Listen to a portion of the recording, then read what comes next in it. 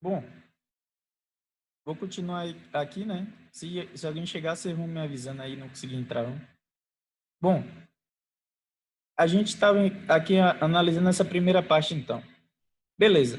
Como eu já disse, você tem que ter esse conceito básico aí do que é jusante e o que é montante, né? Jusante o final, montante o início, e olhar isso por cada trecho. Então, se você especificou trecho 1, olha o que é jusante o trecho 1, montante do trecho 1. Você está analisando o trecho 2 agora, tem que ver montante o trecho 2 e jusante o trecho 2, né?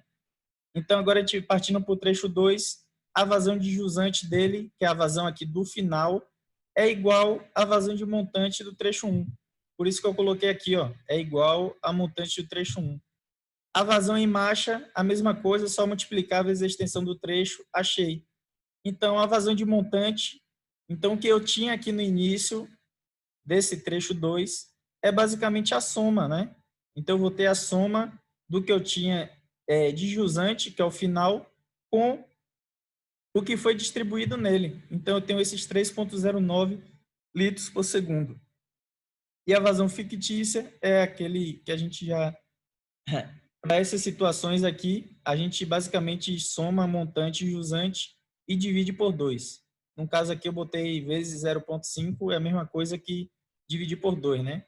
No caso daqui, a gente só divide por raiz de 3 quando a ponta for seca, ó, a ponta for zero. Quando a gente tem vazão de jusante e vazão de montante, a gente soma os dois e divide por 2. Aí tem uma vazão média, né? Bom, analisando o trecho 3 agora, a mesma coisa, vazão de jusante zero, então é ponta seca, e a vazão de distribuição em marcha vai ser 150 vezes aquela vazão lá em marcha, né? E deu esse 2,31. Ok. A vazão do trecho 4, aí aqui começa a ficar mais interessante, né?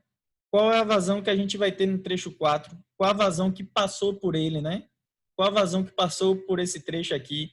Então, se alguém souber aqui, ó, o trecho 3 a gente tem uma vazão para ele, né? Então, a vazão de jusante do trecho 4 é a vazão que a gente tem aqui, ó, que foi mandada para o trecho 3, mais a vazão que foi mandada para o trecho 2. Então, se vocês perceberem aqui, ó, a vazão de jusante do trecho 4 é a soma da vazão que a gente tem de montante para o trecho 3 e a vazão de montante que a gente tem do trecho 2, né? Porque aqui teve uma distribuição de vazão. Só que toda essa vazão que foi para 3 e para 2, ela teve que passar pelo trecho 4, não é isso? Então a ideia básica é essa. Lembra aquele negócio da equação da continuidade que a gente viu lá, um nó com várias entradas e saídas? Era justamente para esse tipo de coisa aqui, para vocês terem uma ideia, né?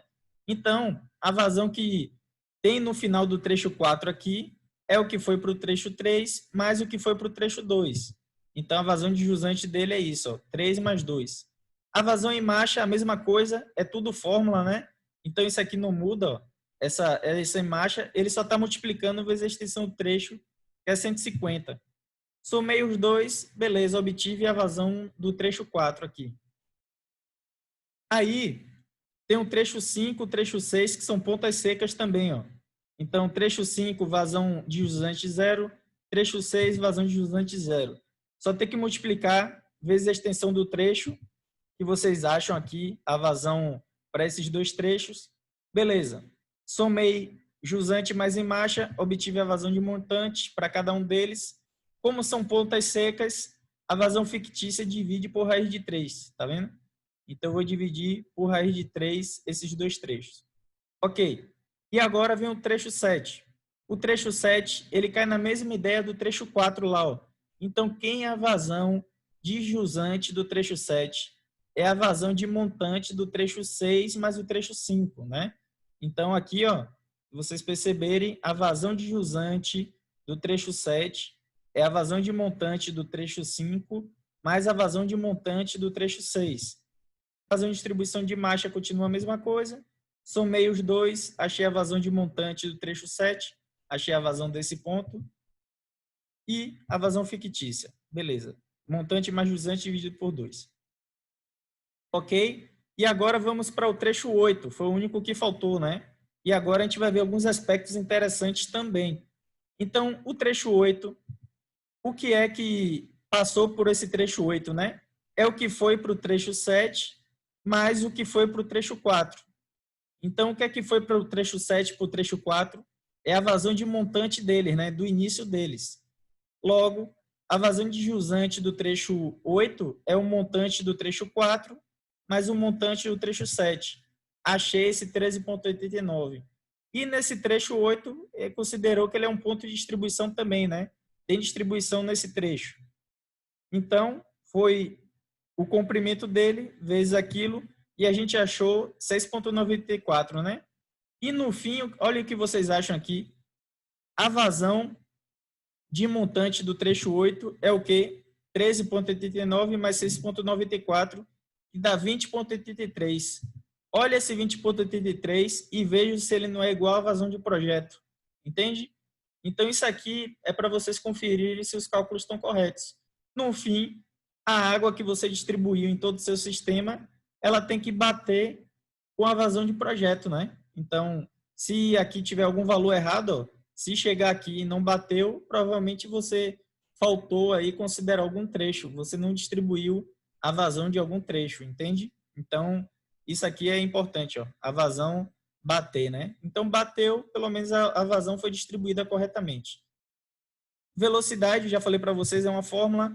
Perda de carga, aquela fórmula também de Haas-Williams, aplica para um aqui, ó, escreve para uma fórmula considerando o C fixo, né? Porque ele não varia. Ele só está em função, tá vendo aqui? O cálculo da perda de carga da vazão fictícia, né? A gente pegou a vazão fictícia, dividiu por 1000 aqui. Então, ele aqui, ó, a outra célula, ele acompanha a vazão fictícia seguinte. A próxima célula, a vazão fictícia seguinte. Então, ele acompanha, né? Todas elas. Só o C que se mantém fixo. A cota do terreno, aqui vocês têm, ó, cota de jusante do trecho 1. Então, vocês veem lá que é 81. A cota de montante desse trecho 1, 70. Trecho 2, né? Vocês veem que o jusante do trecho 2 é 70. O montante do trecho 2 é 72. Ok, tá certo. O trecho 3, o montante dele é 72, o jusante 76. Então, o jusante aqui 76, montante 72, está certinho.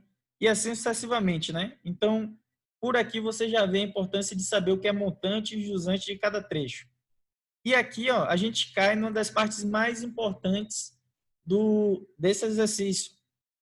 Como a gente quer garantir que a pressão mínima num ponto mais desfavorável seja de 10 MCA, né? Então, a gente quer que aquela pressão mínima seja de 10.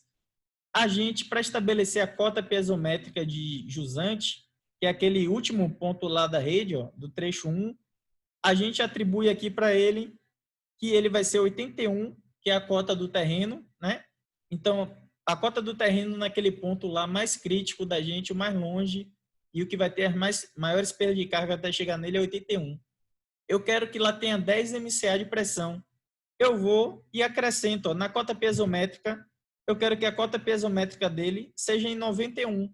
É os 81, que é a carga de posição, mais a carga de pressão do sistema. Então, a carga aqui dá 91 de cota piezométrica. Então, está escrito aqui, ó, ponto mais desfavorável. Então, nele deve ter essa pressão mínima estabelecida por norma. Aqui eu botei 10, mas vocês podem botar 15. Aqui, ó, se vocês perceberem, ele está pegando essa pressão mínima aqui de 10. Ó. Se você quiser, você substitui por 15 aqui e vai ter a variação lá para 15. Beleza. Perda de carga, basicamente a perda de carga unitária vezes o comprimento, a extensão do trecho. Então, quando você multiplica a perda de carga unitária vezes a extensão do trecho, você obtém aqui a perda de carga nesse ponto. E aqui vem outro aspecto interessante, né? Que é bem importante assim que vocês tenham o conhecimento de como é feito isso aqui. Perda de carga para a gente não é a perda de pressão que a gente vai ter à medida que sua água está se deslocando nessa tubulação. Então, está entrando em contato lá, está tendo essa perda de energia, né? Está se transformando em outra forma de energia. Beleza. Se eu sei minha pressão de jusante, que é 91, então no ponto mais crítico é 91. Eu tenho a perda de carga que eu vou ter nesse trecho, que é 0,27. Então, como é que eu sei a pressão que vai ter a montante desse trecho? Então, nesse caso, se eu perdi esse 0,27 nesse trecho e ele chegou com 90 lá, por lógica, né? Por lógica aqui, a pressão que eu teria que ter para ele chegar lá no final com 90 seria o 91 que eu tenho aqui, né? Somado com essa perda de carga. Então dá 91,27, tá vendo? Isso porque ele perdeu esse 0,27 de pressão naquele trecho e chegou lá com 91 MCA de pressão. Então, para eu saber o que ele tinha no trecho anterior, eu só tenho que somar 91 com o que ele perdeu. Aí dá 91,27. Ok. Então, no trecho 2, eu sei a pressão de jusante dele. Então, outro conceito fundamental lá que a gente aprendeu em hidrostática. A pressão em um mesmo ponto é a mesma.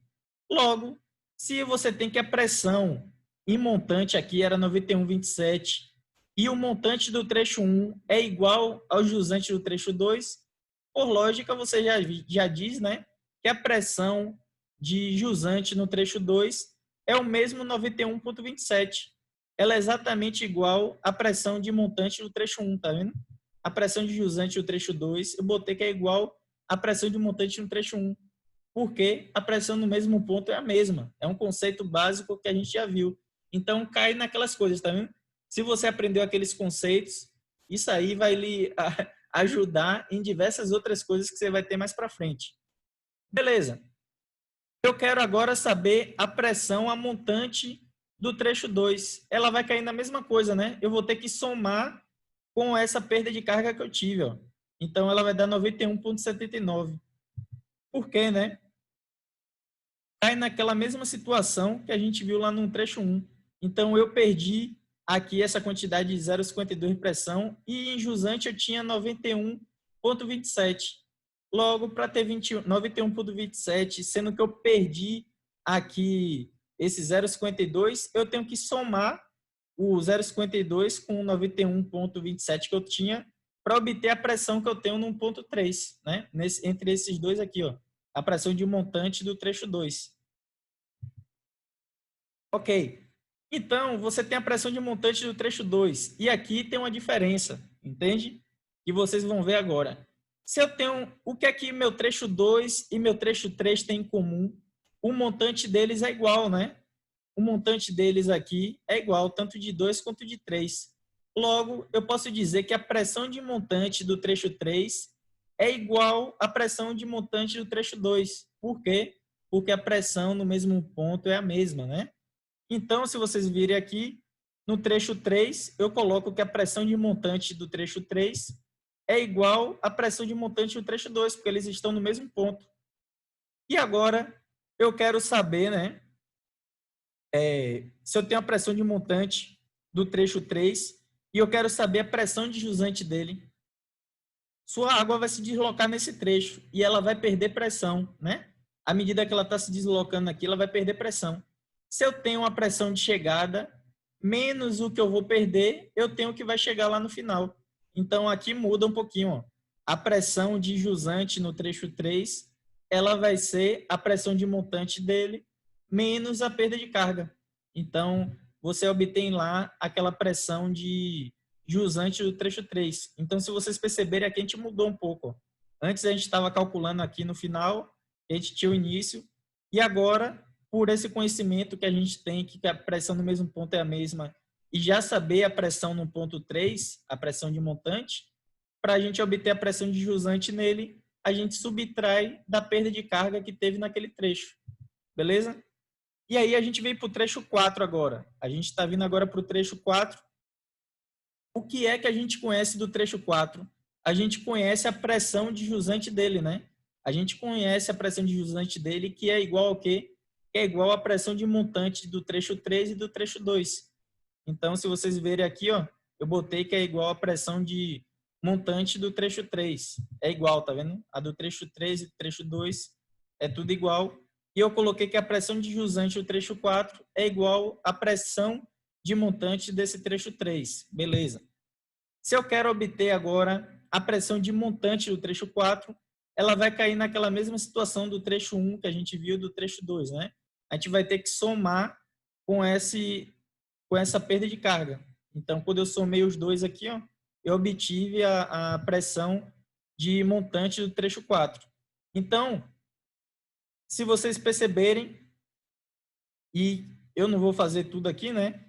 Mas essa pressão aqui que a gente tem no trecho 4 de montante, ela vai ser a pressão de montante do trecho 7. Então, você conhece a pressão de montante do trecho 7. Então, se você perceber aqui, ó, mesma coisa, eu botei igual, né? Porque desse conhecimento que a pressão no mesmo ponto é a mesma. E ela vai ser igual à pressão de jusante do trecho 8. Então, onde tem a pressão de jusante do trecho 8, cadê ela? Provavelmente eu coloquei igual a do trecho 4 lá, ó. Ou igual a do trecho 7, tanto faz, né?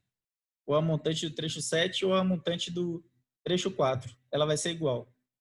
Beleza. Aqui a mesma coisa. Se eu tenho uma pressão de montante, eu vou subtrair aqui a perda de carga, né? Naquele trecho 7, no caso. Cadê ele aqui? 7, eu acho que é esse. Então, quando eu subtraio aqui, eu obtenho a pressão no final dele, a pressão de jusante. E a pressão de jusante do trecho 7, ela vai ser a pressão de montante tanto para 5 quanto para o trecho 6. Então, se vocês virem aqui, ó, pressão de montante para o trecho 5 e a pressão de montante para o trecho 6, é basicamente a mesma. E depois cai na mesma situação. Se eu quero calcular a pressão de jusante deles, eu basicamente venho aqui e somo, né, com essa perda, ou subtraio, desculpa, dessa perda de carga aqui de 5 e 6, para obter essa pressão de jusante em 5 e 6, né? Porque você tem a pressão de montante dele, ele vai ter uma perda de carga até chegar no final do 6. Então, essa perda eu tenho que subtrair. Quando eu faço o caminho inverso, eu tenho que somar, entende? Quando eu tenho a pressão final aqui, quando eu tenho a pressão no final, eu somo para encontrar a anterior. Quando eu tenho a pressão no início, eu subtraio até chegar no final. Então, se perceber isso, né, faz essas questões aí. Ok. Então, tem esses conceitos aí para obter a pressão em cada ponto. E, por fim, o que vocês desejam, basicamente, é esse termo aqui, ó, pressão disponível. É isso que vai determinar para vocês o tipo de material da tubulação. Então, o material que vocês vão comprar vai ser essa pressão ao qual vai estar submetida seu sistema. Então, você não quer que ela seja inferior a 10, né? Você não deseja que ela seja inferior a 10. E você não quer que ela seja superior a 50, né? Você não quer que ela seja inferior a 10 e não quer que ela seja superior a 50 no seu sistema. Beleza. Então, aqui a gente vem, ó, no ponto mais crítico que você tem da sua rede, que é esse ponto 1 aqui, 91. Como é que você calcula a pressão? É bem simplesinho, né? Você vai pegar a pressão que você tem do seu sistema piezométrica menos a do terreno, menos a cota do terreno. 91 menos 81 deu os 10 que a gente precisa, tá vendo? Então, aqui a gente tem os 10 que a gente precisa. A montante desse mesmo trecho 1, que é esse onde tem o 70, aumentou para 21,27. Aí você, pô, por que aumentou assim? Porque da cota, tá vendo? A cota agora é 70. Então, por isso que essa pressão deu uma aumentada, porque a cota aqui diminuiu em relação àquela outra lá, ó. Beleza. Quando você vem fazendo tudo isso, ó, você vai percebendo mais ou menos aqui as pressões que vão estar disponíveis em cada ponto. O daqui ficou inferior a 10, mas ele é o ponto 8 lá, né? Ele basicamente é onde está o nosso terreno. Onde você vai ter implantado lá no seu ponto 8, ó, no 85 lá. Então, que aqui é a montante dele, né? E ele está dando aquele 8,06 metros. Então, seria bom vocês saberem o que isso está querendo dizer para vocês, né? Eu falei que não deve ser inferior a 10 a pressão no sistema, mas isso a gente está olhando lá no fim da rede, e a gente obteve aqui, ó, 10. Beleza. Só que eu estou dizendo aqui que tem uma pressão que está com 8 metros. Então, está dizendo que está com 8 metros ali. Isso está informando para vocês, ó, que a cota da água do sistema de vocês, para garantir que a pressão no ponto mais crítico seja de 10, ela está 8,06 metros acima desse 85. Então, ela tem que estar em 93,06, né? E esse 93,06 está aqui, ó. Tá vendo? 93,06. Deixa eu até pintar de vermelho.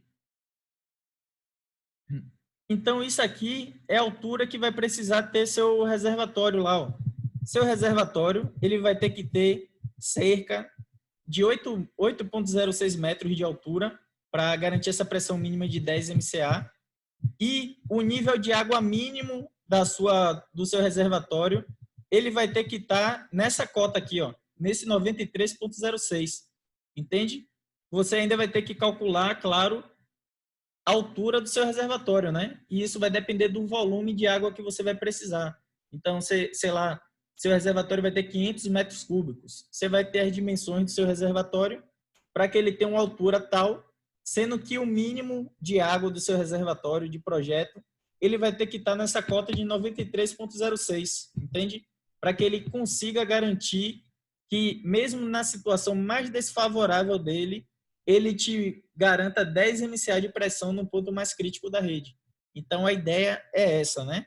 Você obtém aqui a cota onde vai estar o nível de água mínimo do seu reservatório.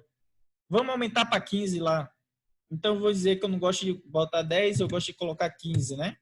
MCA de pressão.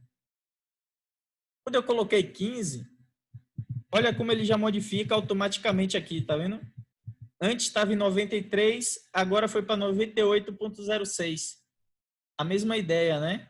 O nível mínimo de água que vai precisar ter seu reservatório, ele vai ter que estar nessa cota de água.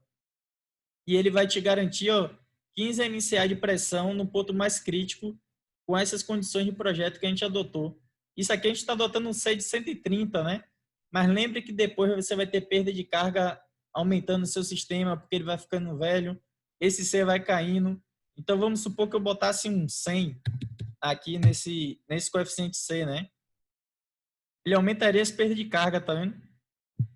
Do sistema e aumentaria um pouco mais seu reservatório para conseguir garantir que tem esses 15 MCA de pressão.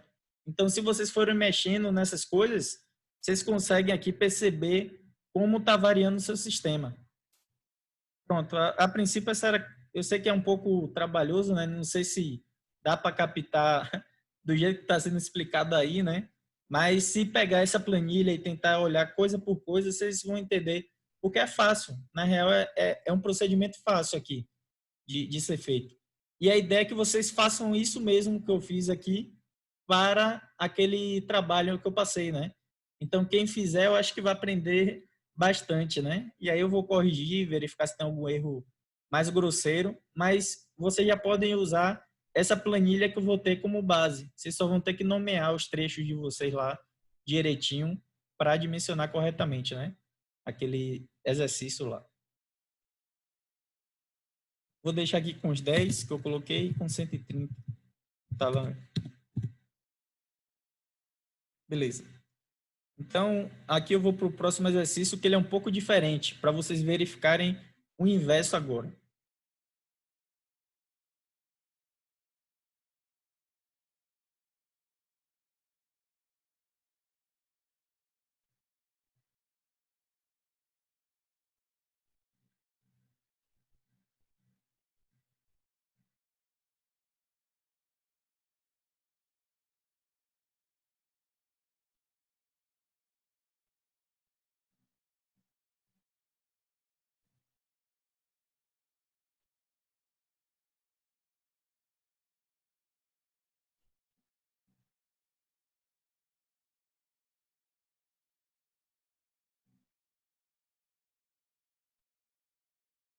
Pronto, aí está o outro exercício. Deixa eu só passar aqui no Prezi para ele, né? Para verificar as condições dele aqui.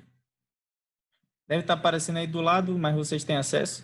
Ele pede para dimensionar essa rede ramificada, cujo esquema é mostrado a seguir, né? E calcular as pressões disponíveis em cada trecho. Então, ele diz que a vazão de distribuição em marcha é igual a 0,0025. Nesse caso, ele já dá a vazão de distribuição em marcha a gente não precisa dividir lá pelo comprimento do trecho, né, porque já tem. Ele diz que o trecho entre o reservatório e o primeiro nó é sem vazão de distribuição. Então, quando ele fala isso, você tem que perceber que não tem a vazão de distribuição em marcha, entende? No primeiro trecho, entre o reservatório e aquele 450 que vai ter, que eu vou mostrar mais à frente, não tem, então, vazão de distribuição em marcha. Então, vai ser zero, né? Um consumo concentrado no extremo da rede de 4 litros por segundo, um consumidor singular qualquer deve ter a rede, e diâmetros tabelados, usar razões com valor de 100, o coeficiente, né? E ele disse que a cota do nível d'água do reservatório ele está igual a 500. Então, a cota do nível de água do reservatório, ele já disse que está como 500. Ele fixou, então, a cota do reservatório em 500. É um pouco diferente do outro, que a gente obteve a cota do reservatório, né? Esse daqui, ele já dá uma cota fixa. E isso acontece muito, né? Você já tem seus sistemas implantados e já tem um reservatório, e depois você quer propor uma extensão de rede, algo nesse sentido, e você vai tomar como base esse reservatório que já está implantado e está pressurizando o seu sistema, para conseguir verificar como vai atender aquela extensão de rede, né, para o qual está sendo projetado. Beleza, a ideia é semelhante ao que a gente viu anteriormente, é basicamente semelhante. Vocês têm trechos 1, 2, 3, 4, 5, nomeando eles do final para o reservatório. Então, trecho 1, 200 metros, trecho 2, 100 metros, trecho 3, 300, trecho 4, 160 e trecho 5, 300. Ok. Vazão de distribuição em marcha, como é que a gente obtém lá? Aquele 0,0025 que foi dado, vezes o comprimento do trecho, né? Então, aqui 0,0025 vezes 200, vezes 100, vezes 300, vezes 160. E aqui o detalhe, ó, o exercício, ele diz que o trecho entre o reservatório e o primeiro nó é sem vazão de distribuição. Aqui eu forcei ele a ser zero, né? Eu botei igual a zero. Lembra que isso aqui, essa vazão de marcha é fórmula. Então, se você aplicar a fórmula e replicar tudo e não considerar isso aqui, ó, que esse trecho entre o reservatório e o primeiro nó é zero, você vai encontrar alguma falha aqui, porque você vai pôr uma vazão que não deveria estar ali, né? Ok, vazão de jusante desse trecho. Então, a vazão de jusante aqui, entre cada um deles, ó, outro detalhe importante, no trecho 1, ele botou lá uma vazão final. Lembra que eu falei que quando era ponta seca, você coloca uma vazão de zero? Que seria o caso desse trecho 1, do trecho 2, desse trecho 4. Então, todos eles seriam zero. Só que no trecho 1, ele tem essa vazão de 4 litros por segundo. Ele diz que vai ter uma vazão concentrada aqui. Então, você é obrigado a colocar esse 4. Beleza. O trecho 2, ponta seca e não tem nenhuma vazão que ele force aqui, zero. O trecho 4, também aqui tem uma vazão zero de jusante, né? A vazão de montante cai na mesma. A gente vai somar aqui o que a gente tem nesses trechos. A vazão singular que a gente tinha mais a vazão de distribuição em marcha e deu esse 4,5. Aqui para os outros a mesma coisa. Então vai sair somando ali. Ok? Tudo certinho. Vazão fictícia, montante mais jusante dividido por 2. Nesse caso eu botei uma média, né? E quando for ponta seca, você divide por raiz de 3, que é o caso que está aqui, ó. Dividindo por raiz de 3 em pontas secas. Ok. A gente vai obter o diâmetro igual obteve anteriormente, comparando com a vazão de montante. 4,5, está entre 13 e 14,589, vai ser o de 100. Aqui, 0,25 está inferior a 1,34, a gente adota o diâmetro de 50. 5,5 está entre 13,14 e 5,89, eu vou adotar o de 100. 0,4 inferior a 1,34, vou adotar o de 50. E, por fim, vocês têm aí 5,9, que ele está naquele de 125, né? Está quase no limite, mas ficou superior, botei logo de 125. Velocidade pelas mesmas características lá. Ok? Perda de carga unitária por Haas-Williams, fórmula também. Só é botar a fórmula aqui que não precisa alterar nada. Só tem que lembrar das conversões, ó. Conversão de vazão de litro por segundo para metro cúbico por segundo. Por isso foi dividido por 1000. E conversão do diâmetro que está em milímetro e passei para metro, também dividido por 1000. Quando faz isso, consegue essa perda de carga unitária aí nesse trecho. Bom, e agora a gente vem para essas questões interessantes aqui, ó, que é um pouco diferente daquele modelo anterior. Cota piezométrica. Cota piezométrica, lembra lá que ele já diz que o nível de água do reservatório está na cota 500, né? Então eu já sei que o nível de água aqui, ó, é 500. A cota piezométrica do reservatório é 500. Eu posso fazer todo o dimensionamento da minha rede a partir desse reservatório de perda de carga. Consegue entender? Eu vou tentar mostrar para vocês agora como é feito. A perda de carga, a gente vai ver como fazer ali também, tem por fórmula. Ou você multiplica vezes a extensão do trecho, ó. A gente pode multiplicar vezes a extensão do trecho, que é essa situação aqui de baixo. Aqui, cada uma delas, ó. Multiplica a perda de carga unitária vezes a extensão do trecho e eu tenho a perda de carga. Ou a gente vai poder fazer de outra forma, que é que tem aqui em cima também. Tentar mostrar as duas para vocês. Bom, se eu sei que no meu reservatório o nível piezométrico é 500, qual a pressão que eu vou ter naquele trecho lá onde tem 450, né? Onde tem 450 de cota ali. Qual a perda de... Qual a pressão que eu vou ter naquele ponto ali? Basicamente, vocês vão ter aqui, ó, 500 do seu reservatório, menos a perda de carga que você vai ter até chegar naquele trecho ali, ó. Cadê? 500 menos a perda de carga desse trecho.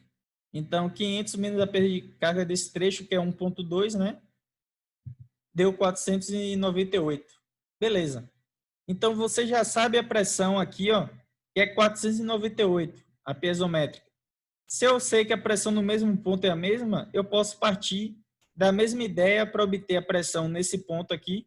Então, esse é o trecho 4, né? Então, para você obter a pressão no trecho 4, você pode pegar 498. Você pode dizer que a pressão aqui de montante do trecho 4 é igual à pressão de jusante do trecho 5. Então, provavelmente foi feito algo assim aqui. Então, montante do trecho 4 pode ser igual a jusante do trecho 5. É basicamente a mesma ideia aqui. E eu só tenho que subtrair para encontrar a pressão lá no outro trecho. Então, subtraio isso da perda de carga, né? E vocês vão obter a perda de carga naquele trecho. Ou, do jeito que ele está fazendo aqui, ó, que foi feito no exercício, é basicamente 500, que é o que eu tenho, menos a perda de carga desse trecho de 300 metros e menos a perda de carga do trecho de 160 metros, entende? São só formas diferentes de se fazer aqui. Mas o que eu quero explicar para vocês é que você pega o 500 e subtrai das perdas de carga até chegar em cada trecho que você obtém a pressão deles. Então, aqui, ó, meu reservatório é 500, menos a perda de carga desse trecho de 300 metros, eu obtenho a pressão onde tem aquele 450 ali. A pressão que eu tenho nesse 450 menos a perda de carga nesse trecho de 300 metros, eu obtenho a pressão de montante naquele trecho ali que tem 430, né? Que é para o trecho 1 e para o trecho 2. Se eu subtrair essa pressão menos o que eu perdi de carga naquele trecho 1, eu vou obter a pressão disponível a jusante do trecho 1. Eu posso também, a partir desse ponto, subtrair até chegar nesse jusante do trecho 2 e a mesma coisa para os outros pontos. Então, se você tem um nível do reservatório, fica mais fácil. A ideia é um pouco essa, né? Fica mais fácil porque, basicamente, você vai subtrair as perdas de carga que tem no sistema até chegar nele e você vai ver a pressão que vai ter disponível. Porque a cota do seu reservatório não varia. Então, se esse é meu nível aqui de água que tem no reservatório, em qualquer outro ponto que venha depois, basicamente a pressão vai ser dada pela subtração, né, dessas perdas. Então, você obtém todas as pressões de todos os pontos aqui, basicamente subtraindo as perdas de carga que tem até chegar no trecho, entende? Então, nomeia aí trecho 1, 2, 3, 4, 5, que aqui não está nomeado, né? 1 aqui no final, 2, 3, 4, 5. E subtraia 500 menos a perda do trecho 5, menos a perda do trecho 3, menos a perda do trecho 1. Aí você vai obter a pressão que tem nesse ponto. 500 menos a perda desse trecho 5, menos a perda nesse trecho 3, e você acha a pressão de montante nesse ponto. 500 menos a perda de carga do trecho 300, menos essa outra perda de carga em 300 e menos a perda de carga em 100, e você acha a pressão de jusante no trecho 2, entende? Então, se você fizer assim, você sai com todas as pressões nesses pontos aí. A diferença básica é um pouco essa para esse método, né? Cadê? Bom, com a cota piezométrica e com as cotas do terreno, depois vocês fazem a subtração aqui entre montante e montante, né, da piezométrica menos a cota do terreno, e você obtém a pressão disponível. Vocês veem que as pressões já são bem maiores, né? Fica até superior lá aos 50 MCA de pressão que exige. E aqui você precisaria implantar alguma estrutura para evitar essas pressões mais elevadas, nesse ponto 1 e sucessivamente. Por que aquela pressão está alta? Porque a cota dele está bem baixa. É o 410, tá vendo? Então ele está na cota 410, está numa diferença de altura bastante grande. Naquela mesma ideia, né? Princípio fundamental da hidrostática, se ele está na cota mais baixa, a coluna d'água até ele vai ser bem maior. É que nem um prédio de vocês. Se você perceber, tem 20 andares. A pressão no térreo, no primeiro andar, é bem maior do que a pressão naquele que está lá na cobertura, quase próximo ao reservatório. Porque do reservatório aqui de água até a tubulação, a altura é bem menor do que esse que está cá embaixo. A ideia é a mesma, né? Princípio fundamental da hidrostática. O exercício é um pouco esse. Eu vou mandar esses dois para vocês terem em mãos aí e verem se entende, né? Quem não entender, manda e-mail aí. E a ideia é que com isso vocês façam o de vocês, aquele exemplo. E aquele exemplo que tem no trabalho, ele cairia mais na situação do reservatório 1, viu? O exemplo de vocês lá, ele seria semelhante àquele exercício 1 que a gente fez. Deixa eu parar aqui de compartilhar para seguir para o resto da aula. Bom, beleza. Tem esses dois exercícios aí. Então, eu passo um roteiro básico aí para esses projetos, para vocês fazerem. E coloquei esse exercício que é até mais interessante, né? Ele tem uma bomba. Então, aqui vocês teriam que dimensionar esse sistema que tem essa elevatória aqui, né? E isso aqui é a situação comum mesmo que vocês vão encontrar na prática. Uma estação elevatória mandando para o reservatório e desse reservatório para a distribuição. Isso aqui vai cair naquele assunto da primeira área. Vocês vão ter que determinar a potência da bomba para lançar ali naquela altura. Você tem uma determinada... Lembrando que esse 800 metros não é uma cota, viu? Aqui é um comprimento de tubulação. A diferença, a cota geométrica aqui de vocês é 510 menos 482, né? Então, 18, 28 metros de geométrica aqui. Então, geométrica mais as perdas de carga desse trecho, na sucção e no recalque, e você obtém a altura manométrica. Altura manométrica vezes vazão, vezes peso específico, dividido por 75 vezes N, e você tem a potência da bomba para seu sistema. Você consegue ir lá obter ela para lançar naquele nível que você deseja, né? E daqui, depois que ele está no 510, é por gravidade. Vai ser o mesmo exercício que foi feito para esse segundo exercício. Vocês vão fazer algo semelhante, né? Tem as cotas aí 510, 490 e por aí vai. Mas como você tem uma cota fixa do reservatório, então você vai ter um exercício semelhante a esse segundo que a gente foi